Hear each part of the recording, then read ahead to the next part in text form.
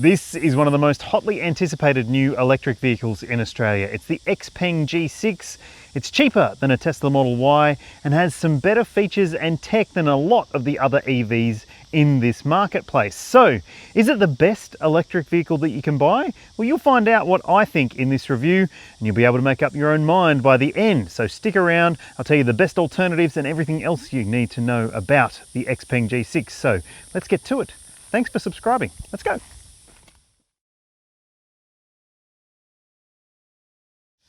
Never heard of Xpeng? Don't worry, you're not alone. This is a new brand for Australia and a pretty new brand on the global scale as well. It's been around in China for a while and there's an established name in that market, and there will be here soon too, because this is a fast moving brand. There's going to be plenty of new models from the Xpeng brand over the next 12 to 18 months.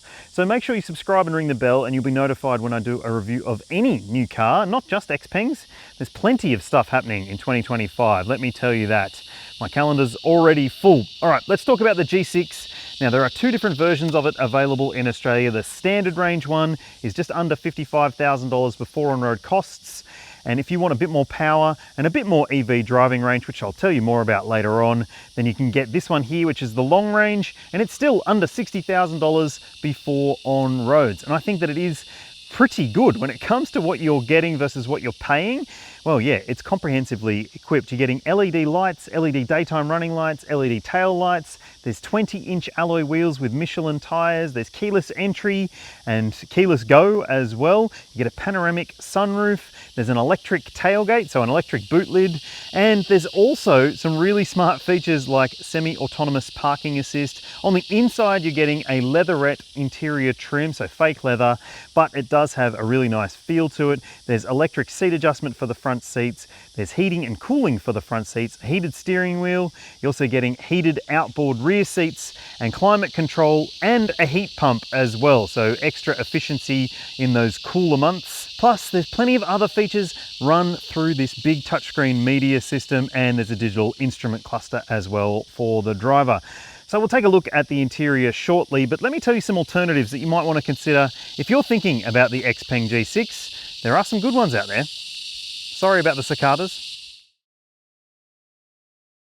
I'm going to put a playlist link in the description below for every single EV review that I've done. There are plenty there to choose from, and look, I have to say, this is one of many, many good options in the Australian market right now, and it's just going to get busier, people.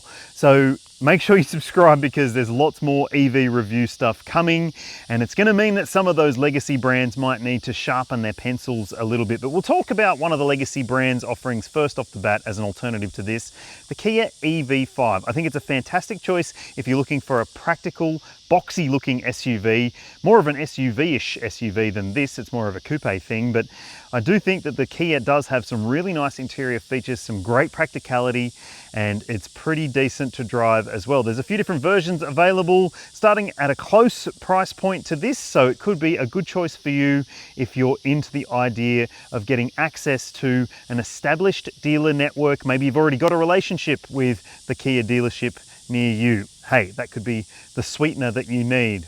If you're looking for something that's maybe a bit newer, fresher, and, well, maybe going to get your neighbours talking, have a look at the Leapmotor C10. I haven't done a full drive review of it. It's coming very soon, stay tuned. But I have done a detailed preview of it, including an interior breakdown and showing you around that vehicle. It's super practical, like that Kia EV5. I think it's a fantastically practical thing, and it's way cheaper than lots of the other EVs in this market space. Starting at around $45,000, it is a very, very impressive value for money proposition. But make sure you check out my drive review, which is coming very soon, and we'll see what it's like to live with. And finally, obviously, you could go and have a look at a Tesla Model Y. The existing model is on its way out. The new Juniper facelift version is coming soon, and I'll be reviewing it when I can. But it does have a new look. It's got a bit more tech, a different interior as well. It's not a huge change, but it is a step change, and it's one of the most practical EVs on the market. It's also one of the most popular ones, and that might be why you won't choose it. But you tell me what you think in the comments section below. Would any of those float your boat? Or is this the go for you? it's about the same size as most other mid-sized SUVs, so around 4.7 meters long. It is a little wider than some of the other vehicles in this segment, and it sits on a nice long wheelbase, but you'll make up your own mind whether you like the design of this car. To me, it's a little bit too suppository looking, very aerodynamic, but you tell me what you think in the comments section below. And let me also call out the fact that while it looks like a coupe style SUV, it's actually kind of a bit of visual trickery. So up here, you'll see the white line there gives you an indication that this is more coupe style than it actually is, because the roofline sits quite a bit above that, and that means plenty of space in the second row. Now, yes, it's got the on-trend flush fit handles, but annoyingly it doesn't have keyless unlocking, which is a bit frustrating. So these handles you have to push at the front and do like that, but you can't just come up to it and touch the handle to unlock the car in this particular grade. But there is also an app available for this vehicle. I haven't had access to it for this review, however. Now, at the back, it's got the similar sort of coast-to-coast tail light design. As you can see, Xpeng proudly written across the back there. And let's have a look in the boot. It is a decent amount of space. Remember, all versions come with an electric tailgate, and you can see in here that you do get a reasonable amount of cargo capacity. And in the back, there are some features which are handy too. So you've got a cargo cover, you've got a 12-volt port down there, there's a light on the side here, and you can adjust these seats. As you can see, there's a bit of a recline situation going on with the seats, and underneath the boot floor, you will find some extra storage space for your tire repair kit. Yes, no spare wheel, but you do get a safety triangle, and you've also got a charge cable bag there as well. So let's have a look and see if there's a frunk to use.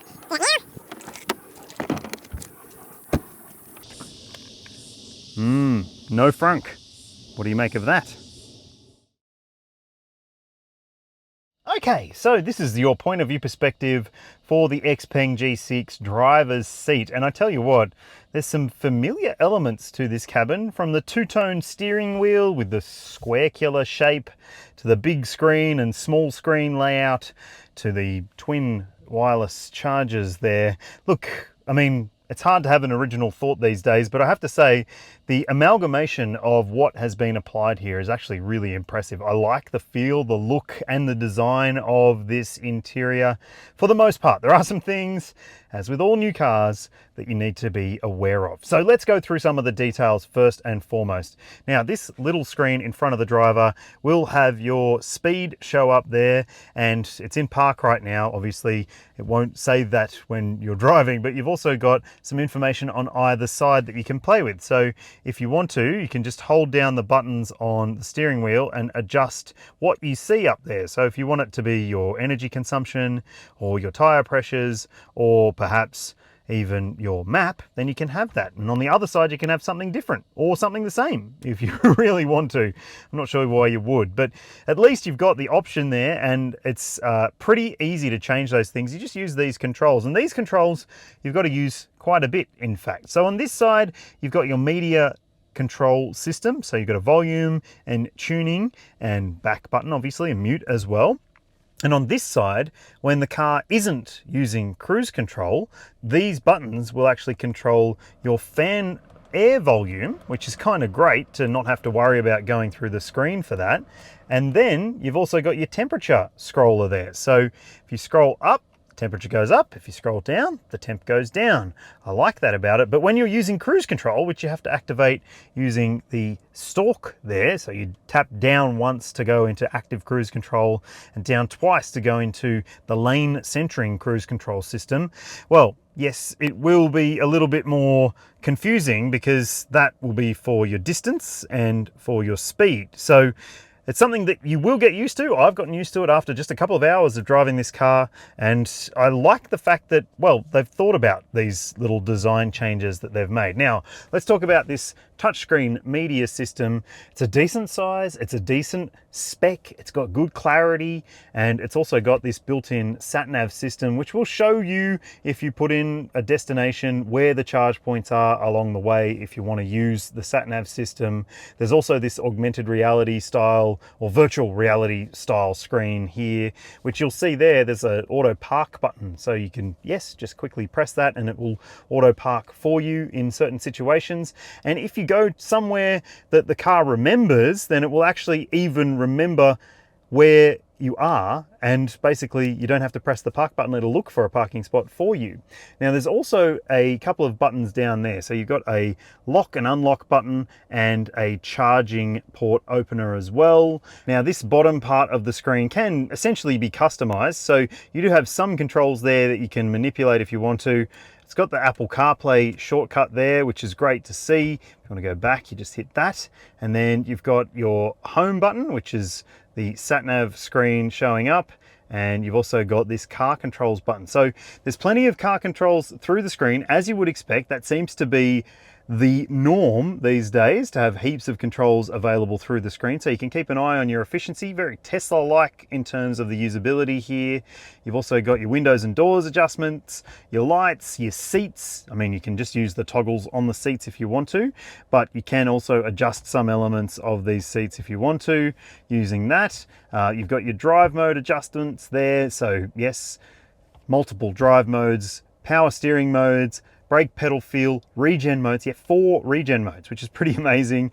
And you can also go in here and change your exterior mirror adjustments. So you don't have any buttons to adjust your mirrors. Over here, you've got window switches, thankfully, and lock and unlock buttons, but no switches for the mirrors. But if you don't want to have to muck around going through the screen to do that, well, you can drop down this favorites menu and do it on that screen there. And that's also configurable to a degree.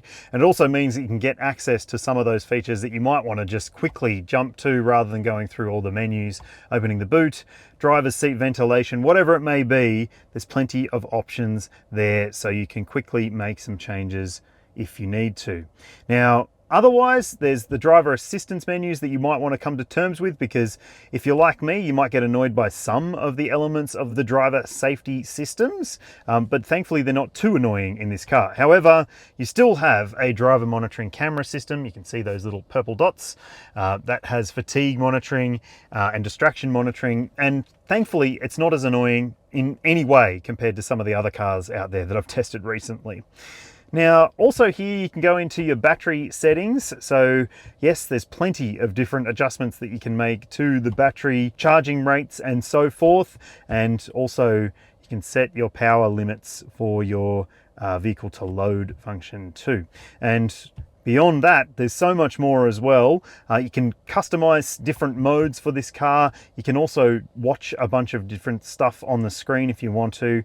There's a mindfulness space. You can also look at your 360-degree camera. Yeah, plenty of different views here, so you can see where you are in space if you want to as well, by just adjusting the different views here like so. Yeah, so that gives you an idea. This car is on the high-tech side of things, no doubt about that. And like all new cars with heaps and heaps of stuff going on through the screen, it will take some learning, but I have to say it's taken less learning and there's been less frustration for little old me in this car than in plenty of other cars. Now, if you're thinking, well, if you just want to quickly touch the screen to get up your fan controls, you can do that for the passenger and do it for the driver as well, and you can use those controls on there as well. But there is no volume knob, there are no physical dials for your climate control, and there's also no glove box. So Xpeng has opened up a larger space in here to basically double up and act as a glove box for you if you want it to. Plenty of space in there. And in fact, let's talk about the storage stuff. So you've got a pair of cup holders here, which is good. Dual wireless phone chargers with ventilation, which is excellent. It means your phone won't go into meltdown mode when you put it on there. And there's another storage section underneath that bridge style area with more charge ports as well, including a 12 volt down there. So that's great. It's got a felt finish on it as well, so things shouldn't slip around or make too much noise. And in the doors, there are decent sized pockets too. That is your button to open the door. Yeah, it's a bit of an unconventional one, but hey, it's interesting at least. Now, these seats are a fake leather trim, but they are pretty convincing, I have to say. I like this perforated finish. That's good for the heating and cooling of these seats, and they look great. Even if this white trim might not be to your tastes, I think this interior design is actually really, really nice. And it's also got this sort of fabricy, carpety style finish up on the dashboard that runs onto the doors. It's almost Volvo-like or even Hyundai-like in some ways. Above, there are illuminated vanity mirrors, which is great to see. And you've also got a little parking ticket holder there as well. There's an auto-dimming rear vision mirror. You've got your SOS button up there because it does have connected services. And if you want to, you can power off the car using the button up there too. So that's all great to see. You've got a massive panoramic glass roof, as I mentioned. And yes, you can get a cover for it if you're worried about it getting too hot in here. But it's like 34 degrees outside right now, and it's not too hot because I've got the air conditioning going, and it's actually pretty good aircon, I have to say. All right, let's check out the backseat space and see what it's like. Okay, so this seat is set for my driving position at 182 centimeters or 6 foot tall. I gotta say, this is super spacious. There is heaps and heaps of knee room in front of my legs, and I can stretch out, and it's not too much of a knees up position either, which is excellent. I also like the fact that there's heaps and heaps of headroom. Look at that. Like, if you're 6'6", I reckon you'll still fit in here pretty comfortably. It is a very roomy back seat, despite the fact that it has that coupe roofline. Like I said, it's all deception. It's actually really, really roomy in here. You've got some great features in the back as well. So you've got little grab handles up here. There's a light up here if you want to see what you're doing at night, get your kiddo in and out, whatever it may be. And I think that it's a pretty comfortable space more generally. So let's have a look at some of the other features. You've got these map pockets on both of the seat backs. There are directional air vents. It's also got heated outboard seats. So the bases of the window seats will warm up on the cooler mornings. You've got USB-C ports there as well. And of course, you've got your ISOFIX points in the window seats, 3 top tether points, a flip down armrest with some pop out cup holders. It all feels very good and looks very nice. I've got to say, it's a well finished and well built and premium feeling cabin. For the money, you're getting a whole lot of space in the back row and a whole lot of niceness in this interior, in my opinion. Oh, and like I said, you can actually adjust the seat back, so you can recline back if you want to and make it even more comfortable for yourself. Hey, not bad. So, as I mentioned, there are 2 different versions of the Xpeng G6. The entry-level standard range model has a single electric motor and a single-speed transmission and 190 kilowatts of power. And then if you choose this one, which is the long-range version, it gets an extra 20 kilowatts because it's got a bigger battery. So it's also a smidge faster, 0 to 100. You'll see the 0 to 100 times on your screen now. And I'll also put up some towing capacity figures that you might want to keep in mind too. But now we need to talk about range and charging.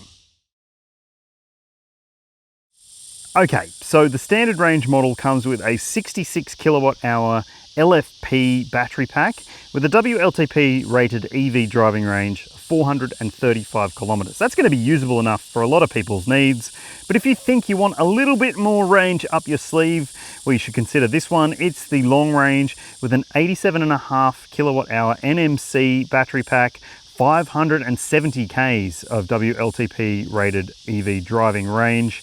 If you're wondering where your charge port is, it's on the back driver's side, and that might be a concern if you're a street parker. You can unlock it using this, and that should pop open. There we go. Now, that'll give you a glimpse at your charging situation here. So yes, it is a Type 2 combination plug. AC charging at 11 kilowatts is the maximum AC charge rate. That should mean a pretty fast charge time if you've got 3-phase power where you can charge at home or at work.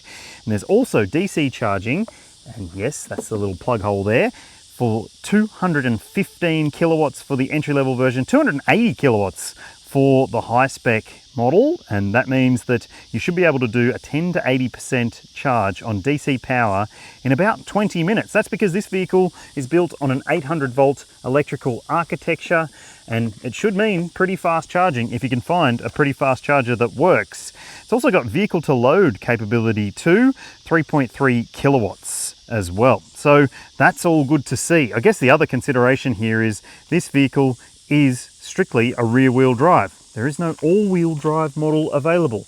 But does that matter? Would it rule it out for you? Let's go for a drive and I'll tell you what this version is like. You know, I have to say, it's a surprise for me because it's a new Chinese electric vehicle with all of the safety stuff that it needs to achieve a high rating against the NCAP and ANCAP criteria. And it does that, but it still doesn't annoy the shit out of me. And it probably won't annoy the shit out of you either, apart from maybe one or two things that might, maybe over time, get on your nerves. So the lane keeping assist for me is still just a little bit too eager. It's a little bit too pushy, and it will try and insist that you avoid big trucks on the freeway and you keep clear of anything that might be dangerous and that you keep both hands on the wheel and all that sort of stuff. But it's not as annoying as some of the other cars out there that incessantly beep and bong at you. This car is a bit more sedate in the way that it tries to manage you in terms of being the driver. But I do think that generally the drive experience here is pretty good. It's maybe not a thrilling car to drive per se, but it is fast, no doubt about that. You put your foot down and it boogies, there's no doubt. It's got plenty of power and torque. It's fast 0 to 100 like a lot of electric vehicles. And it's also got a relatively stable feeling handling to it as well. So it's a bit firm in terms of the ride comfort. That might take some getting used to. If you're the sort of person who is not a fan of a sharper feeling ride character, then you might not like this car, because it does sort of pick up on the little lumps and bumps in the surface at lower speeds. And if you go over tree roots and stuff, you will feel them in the cabin. But I will say that the high-speed ride is pretty comfortable, and on country roads it seems to be pretty well balanced as well. Through corners it's got good handling, and the steering, I mean, it's multimodal. You can adjust the way it feels or whatever, but it's all just to do with the weighting. It's not to do with the actual feel of the steering. So don't go expecting it to be Hyundai Ioniq 5N like in terms of the drive experience. It's just not that kind of car, but that's okay. It's a pretty competent and comfortable and confident feeling electric SUV for this kind of money. In fact, it's one of the best ones I've driven for this kind of money, I reckon. And like I said, there are 4 different ways that you can have your regen braking set, and I've got it on high at the moment, so not the most extreme single pedal style one, but pretty close. And in that single pedal driving mode, it won't come to a complete stop. It'll just go down to about 2 or 3 k's an hour, and then you'll have to apply the brake yourself. And if you press it hard, it'll do the auto hold thing for you, so it won't creep forward in traffic if you don't want it to.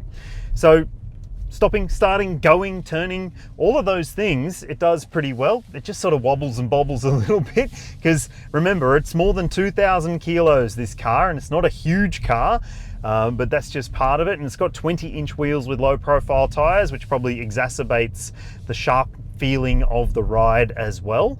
But honestly, it's one of the most impressive that I've driven in this EV SUV segment, from a newcomer especially. Ooh, put it into sport mode and I get a little sound that comes through the speakers in the headrests. Okay, let's give it a boot.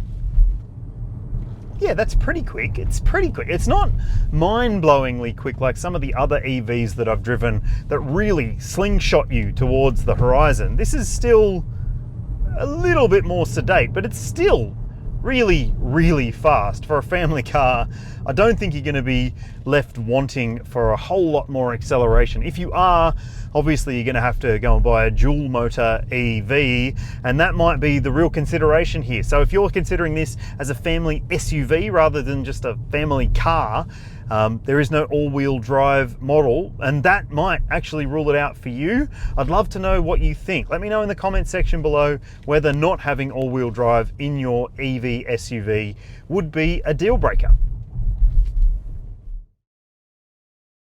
All right, so what about efficiency? Well, the WLTP claim for combined driving, so that's a mix of different driving situations, high speed, low speed, urban, all sorts of stuff, is 17.5 kilowatt hours per 100 Ks, no matter which version of the G6 you buy. So that is relatively efficient for an SUV of this size. It's not class leading, but it's pretty close.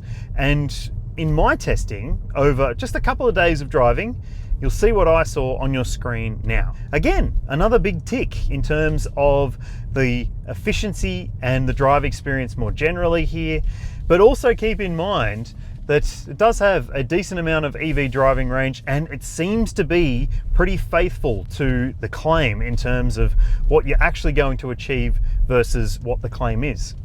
So, thumbs up indeed. The Xpeng G6 has the maximum 5-star ANCAP safety rating based on 2024 testing, so it does have all the spec and tech you would expect, including some of that annoying stuff. So it's got a speed sign warning system and an overspeed warning system. It's also got a driver monitoring camera, and it's got emergency lane keeping. All of those things can be annoying, but they're not nearly as annoying in this car as they are in some of those other EVs on the market, like the Deepal S07. Watch my review of it to see what I'm talking about. Now, it's also got all the stuff you would expect when it comes to crash prevention tech. So autonomous emergency braking with pedestrian, cyclist and junction detection. There's lane keeping assistance, there's blind spot monitoring, you've got rear cross traffic alert as well, there's a surround view camera system, parking sensors, an auto parking system and a summon system as well. And this vehicle also has Sentry mode to keep an eye on the car, plus there's a built-in dash cam as well, so no messy cables for this one. All of that makes it stack up pretty well from the safety perspective, and it's got all the airbags you would expect as well, including a front center airbags, dual front airbags, there's front side airbags and curtain airbags to protect those in the outboard seats in the back as well. Stacks up well on the safety front. Initially, Xpeng is offering some pretty enticing stuff when it comes to the warranty cover here. So you can get up to 10 years of warranty cover for this vehicle, or 220,000 kilometers if you get in soon and buy one of these cars.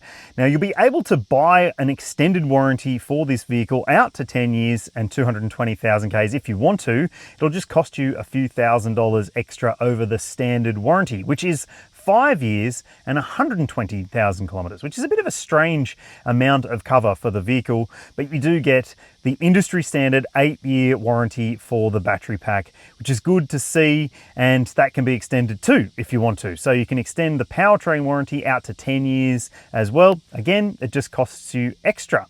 And when it comes to the servicing, well, it's every 12 months and 20,000 kilometers. And it's not the cheapest EV to service, just over $400 on average per year to service this car. I can see why so many people are excited about the Xpeng G6. This car bloody goes close to nailing it when it comes to offering what you would want and not annoying you too much when it comes to the safety spec. Look, it does have a few frustrations to it, but I honestly think it's one of the most agreeable EVs that I've driven in a while, and I like it for that reason. But tell me, would you choose the G6? Would you go for something else? Would you wait for that new Model Y? I'd love to hear from you. If you haven't already, please subscribe and ring that bell. It does help a lot, and I'll see ya when I see ya.